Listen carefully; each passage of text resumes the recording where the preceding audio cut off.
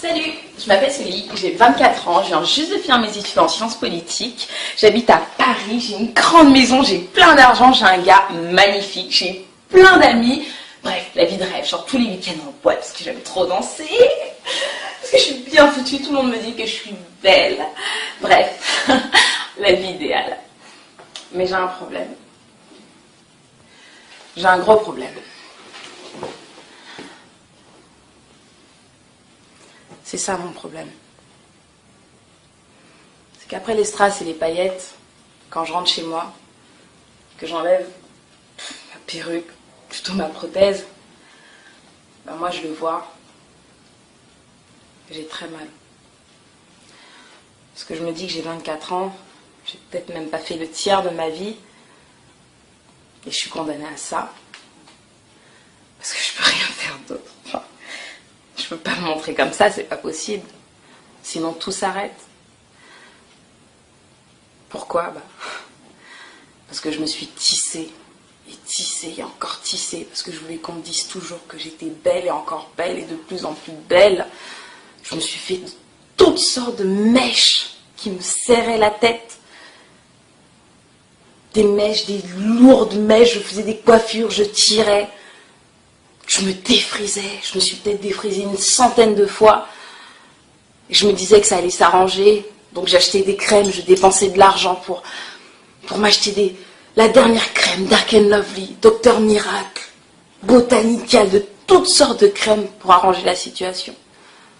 Et j'ai fait qu'aggraver la situation. Et aujourd'hui, je suis condamnée. Je suis condamnée à rester comme ça. J'ai pas le cancer, j'ai pas de leucémie.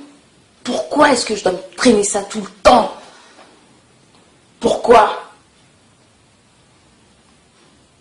Je veux pas que ça vous arrive. C'est un truc que je souhaite même pas à mon pire ennemi.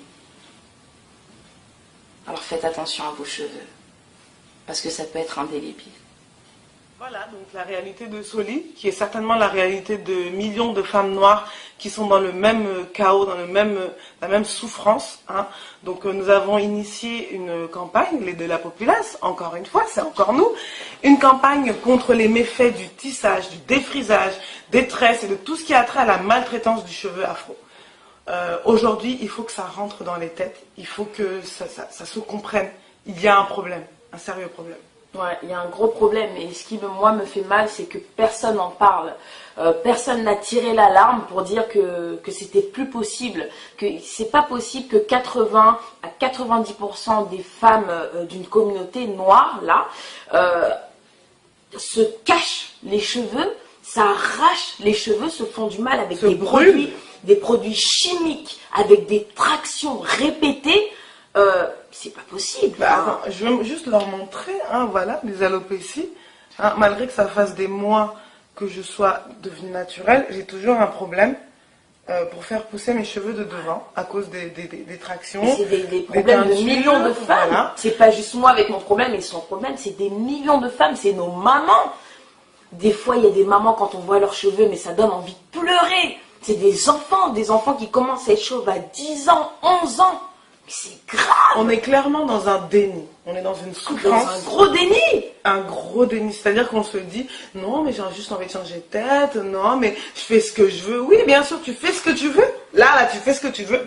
Quand tu te caches la tête ou des tonnes de mèches, et quand tu te défrises, tu te brûles, tu te rends le cheveu tout plat. Nous avons des cadavres de cheveux sur la tête. Ouais. C'est pas des cheveux, ce sont les cendres. C'est comme quand on brûle, ce qui reste, c'est ça.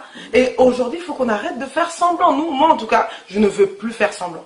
Quitte à brusquer ou blesser ou piquer ou énerver les gens, moi je suis pas là pour faire plaisir.